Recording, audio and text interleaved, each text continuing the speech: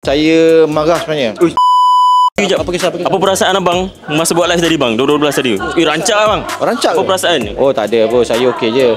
Sebab saya marah sebenarnya. Lah kenapa marah bang? Saya sangat marah bila mana anda tak mau membeli. Tak mau beli? Sebab apa? Ini diskaun yang gila-gila. Dah teruk sangatlah kita bagi diskaun, tak nak beli juga. Saya marah bukan apa. Saya takut anda menyesal.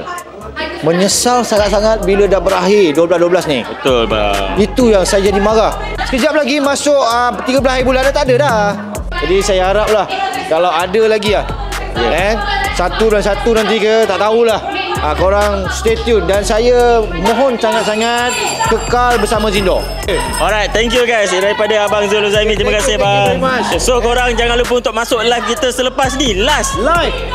jangan sampai tak beli. Marah kan abang. Marah nak beli ni kan.